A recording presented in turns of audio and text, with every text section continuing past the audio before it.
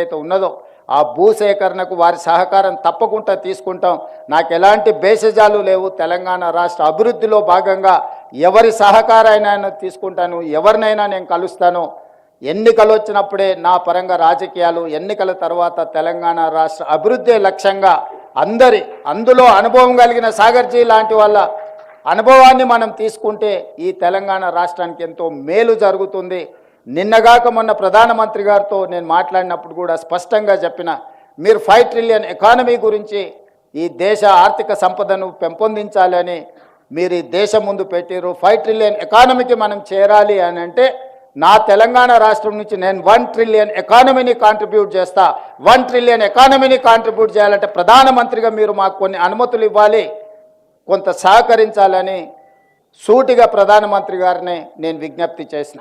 అందులో భాగంగా హైదరాబాద్ నగరం వేగంగా విస్తరిస్తుంది. విశ్వనగరం కావాలంటే మెట్రో రైలు విస్తరణ జరగాలి. మెట్రో రైలు విస్తరణ జరిగినప్పుడే ఈ నగరం యొక్క అభివృద్ధికి తోడ్పాటు ఉంటుంది. అదేవిధంగా రీజనల్ రింగ్ రోడ్, ఈరోజు ఔటర్ రింగ్ రోడ్, అంతర్జాతీయ ఎయిర్పోర్ట్, ఐటీ కంపెనీలు, ఫార్మా కంపెనీలు ఈరోజు దేశంలోనే మన నగరానికి ఒక గుర్తింపు. మన తెలంగాణ రాష్ట్ర ఆదాయంలో 60% ఈరోజు హైదరాబాదు నగరం నుంచే వస్తుందంటే ఇలాంటి గోదావరి, కృష్ణా నదీ జలాల తాగునీటి ప్రాజెక్టులతో పాటు మెట్రో రైల్ ఇలాంటి ప్రాజెక్టులే ఈరోజు మనం అభివృద్ధి పదం వైపు నడపడానికి ఉపయోగపడ్డాయి. ఇంకా విస్తరించాలి అని అంటే ఇది సరిపోదు. విశ్వనగరంగా మారాలి అంటే మనకు రీజనల్ రింగ్ రోడ్డు కావాల్సిందే. రీజనల్ రింగ్ రోడే కాదు, రీజనల్ రింగ్ రైల్ గురించి కూడా నేను ప్రధానమంత్రి గారి దృష్టికి తీసుకెళ్ళిన. ఏ విధంగా అయితే ఔటర్ రింగ్ రోడ్ ఈరోజు రోడ్డు రవాణా వ్యవస్థ ఉందో, రీజనల్ రింగ్ రోడ్ 370 కిలోమీటర్లు, దాదాపుగా ఈ 370 కిలోమీటర్లకు రీజనల్ రింగ్ రైల్ కూడా ప్రధానమంత్రి గారిని అడగడమే కాకుండా, మాది ల్యాండ్ లాక్ స్టేట్, మాకు సముద్రం లేదు కాబట్టి మా అభివృద్ధిలో కొంత ఆటోమొబైల్ ఇండస్ట్రీ కానీ మిగతా పరిశ్రమలు రావడానికి ఇబ్బందికరంగా ఉంది. అందుకే మాకు పోర్టులు లేవు కాబట్టి మీరు డ్రై పోర్ట్ పర్మిషన్ ఇవ్వండి. ఆ డ్రై పోర్ట్ నుంచి మనకు బందర్ పోర్ట్కి డెడికేటెడ్ గ్రీన్ఫీల్డ్ హైవేతో పాటు ఒక రైల్వే లైన్ మాకు ఇవ్వండి. దాంతో మాకు పరిశ్రమలు పెరుగుతాయి. మేము ఈరోజు ఆటోమొబైల్ ఇండస్ట్రీని తెలంగాణ ప్రాంతానికి తీసుకురావాలనుకుంటున్నాం. దానికి కూడా మీరు సహకరించాలి అని చెప్పి నరేంద్ర మోడీ గారిని అడగడం జరిగింది. ఇదే కాదు, సుదీర్ఘకాలంగా పెండింగ్ ఉన్న కాజీపేట రైల్వే కోచ్ ఫ్యాక్టరీ కూడా నరేంద్ర మోడీ గారు మనకు మంజూరు చేసిండ్రు. ఆ పనులను కూడా వేగవంతం చేయమని చెప్పి నరేంద్ర మోడీ గారికి నేను విజ్ఞప్తి చేసిన. ఈరోజు ఈ నగరం విశ్వనగరంగా పెరగాలి. పదే పదే చాలా సందర్భాల్లో చర్చలు వచ్చినప్పుడల్లా ఆంధ్రప్రదేశ్తో పోటీ పడదాం, మనకంటే అమరావతి ముందుకెళ్తుంది. మనం అమరావతితోనే ఆంధ్రప్రదేశ్తోనే పోటీ పడేది, ప్రపంచంతోనే పోటీ పడదాము.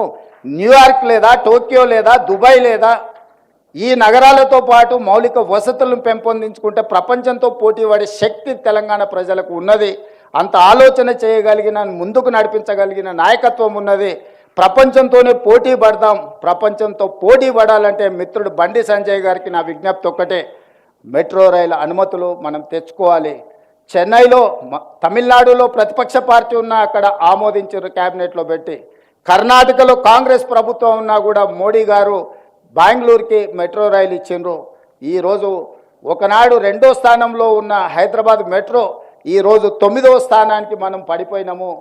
ఈ 9వ స్థానం నుంచి మనం ముందుకు రావాలి అంటే పెద్దలు వినోద్ కుమార్ గారైనా, నేనైనా, బండి సంజయ్ గారైనా మెట్రో విస్తరణ కోసం, రీజనల్ రింగ్ రోడ్ కోసం, రీజనల్ రైల్వే లైన్ కోసం, అదేవిధంగా డ్రై పోర్ట్ కోసం, డెడికేటెడ్ గ్రీన్ఫీల్డ్ హైవేతో పాటు రైల్వే లైన్, బందర్ పోర్ట్ కోసం, ఈ తెలంగాణ అభివృద్ధి కోసం మనందరం కలిసికట్టుగా పనిచేయాలి. తమిళనాడులో ఏదైనా విషయం వస్తే, జల్లికట్టు సమస్య వస్తే అందరూ కట్టగట్టుకొని కేంద్ర ప్రభుత్వంతోనే కొట్లాడి జల్లికట్టుకు అనుమతి తెచ్చుకున్నారు. తమిళనాడులో ప్రమాణ స్వీకారం చేస్తే 39 మంది పార్లమెంట్ సభ్యులు తమిళ్లోనే ప్రమాణ స్వీకారం చేశారు. కానీ అక్కడ రాజకీయాలు పూర్తిగా పార్టీల పరంగా విడిపోయి ఉంటాయి. కానీ వాళ్ళ రాష్ట్ర విషయం వచ్చినప్పుడు, వాళ్ళ సంస్కృతి, వాళ్ళ భాష విషయం వచ్చినప్పుడు 100% ఒక్కటే అయిపోతారు. మనం కూడా తెలంగాణ విషయంలో పెద్దలు కిషన్ రెడ్డి గారు వస్తారనుకున్న వారు వచ్చినుంటే వారికి విజ్ఞప్తి చేసేవాడిని. రాబోయే క్యాబినెట్లో మనం మెట్రో రైలు, ఎందుకంటే క్యాబినెట్ అప్రూవల్ ఉండడం ద్వారా మనం కేంద్ర ప్రభుత్వం సహకారం అందితే వేగంగా ఈ నగరాన్ని అభివృద్ధి చేసుకోవచ్చు.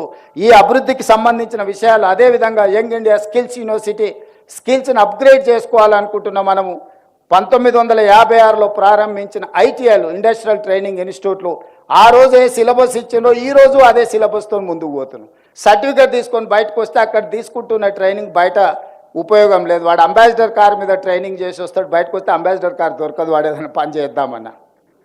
అందుకే ఈ మధ్యకాలంలో టాటా సంస్థతో మాట్లాడి ఈ తెలంగాణ రాష్ట్రంలో ఉన్న 65 ఐటీఐలతో పాటు ఇంకొక 10 కలిపి 75 ఐటీఐలను 75 శాసనసభ నియోజకవర్గాలలో వాటిని అప్గ్రేడ్ చేయడానికి ఈ ఐటీఐలను అడ్వాన్స్డ్ టెక్నాలజీ సెంటర్స్గా మార్చి ఈరోజు ప్రపంచంతో పోటీ పడి వాళ్ళకు పని కల్పించడానికి, సాంకేతిక నైపుణ్యాన్ని అందించడానికి అవసరమైన సిలబస్ని, అవసరమైన సాంకేతిక నైపుణ్యాలను అన్నిటిని కూడా ఏర్పాటు చేయడానికి ఇప్పుడు టాటాతోని మనం జాయింట్ వెంచర్ చేసిన తెలంగాణ రాష్ట్ర ప్రభుత్వం దీన్ని అప్గ్రేడ్ చేయడానికి 2400 కోట్ల రూపాయలు ఖర్చు అయితే కేవలం 14% 300 కోట్ల రూపాయలు మాత్రమే తెలంగాణ రాష్ట్ర ప్రభుత్వం పెడితే టాటా సంస్థ 2100 కోట్ల రూపాయలతోని 86% వాళ్ళ నిధులతోని తెలంగాణ రాష్ట్రంలో ఉన్న మారుమూల ప్రాంతాలలో ఉండే యువకులకు సాంకేతిక నైపుణ్యంలో శిక్షణ ఇవ్వడమే కాకుండా ఉద్యోగ ఉపాధి అవకాశాలు కూడా వాళ్ళే కల్పిస్తామని బాధ్యత తీసుకున్నారు.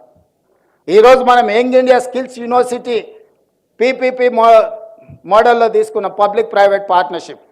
గవర్నమెంట్ ఒక ఫెసిలిటేటర్గా మాత్రమే ఉంది. ఆ యూనివర్సిటీ చైర్పర్సన్గా ఆనంద్ మహేంద్ర గ్రూప్ చైర్మన్ని ఈరోజు మనం యంగ్ ఇండియా స్కిల్స్ యూనివర్సిటీ చైర్పర్సన్గా పెట్టినాం. శ్రీనిరాజును వైస్ చైర్మన్గా పెట్టినాం. బోర్డ్ ఆఫ్ డైరెక్టర్స్లో ఈరోజు అపోలో లేకపోతే రెడ్డి ల్యాబ్స్ అన్ని కంపెనీలలో లిజెండ్స్ ఎవరైతే కంపెనీలు ఉన్నారో వాళ్ళందరినీ బోర్డులో డైరెక్టర్లుగా పెట్టినాం. ఆ సంస్థ నడవడానికి ప్రభుత్వం మీద నిధులకు ఆధారపడకుండా ఒక 600 crores కార్పస్ ఫండ్ వివిధ కంపెనీల నుంచి పూల్ చేసి వాళ్ళ దగ్గర ఒక 600 కోట్ల రూపాయల యూనివర్సిటీ ఆ ఛాన్సలర్ అక్కడ ఉండే చైర్పర్సన్ డిస్పోజాఫ్లో పెట్టినాం. ఎందుకంటే దాని నిర్వహణలో ₹1 ప్రభుత్వాన్ని అడగాల్సిన పని లేకుండా నిర్మాణంలో కూడా మెగా సంస్థ ముందుకు వచ్చి 60 ఎకరాల స్థలం ప్రభుత్వం ఇస్తే 200 కోట్ల రూపాయలతో క్యాంపస్ మొత్తం వాళ్ళే సిఎస్ఆర్ ఫండ్స్ కింద కట్టమని ముందుకు వచ్చారు. June 2 లోపల క్యాంపస్ మొత్తం సిద్ధం చేస్తున్నాం. ఇవాళ స్పోర్ట్స్ ఇష్యూలో కూడా 140 కోట్ల మంది ఉన్న ఈ జనాభా ఒక్క ఒలింపిక్లో మనం గోల్డ్ మెడల్ కూడా సాధించుకోలే. నేను మొన్న సౌత్ కొరియా పర్యటనకు పోతే ఆ దేశం 32 మెడల్స్ తెస్తే నేను సౌత్ కొరియన్ స్పోర్ట్స్ యూనివర్సిటీకి పోతే 16 మెడల్స్ ఒక్క యూనివర్సిటీలో వచ్చినాయి. క్యాంపస్ ఎంత ఉందంటే 30 ఎకరాలు ఉంది. ఒక అమ్మాయి 3 గోల్డ్ మెడల్స్ తీసుకొచ్చింది ఆర్చరీలో. ఆ అమ్మాయిని నేను కలిసిన.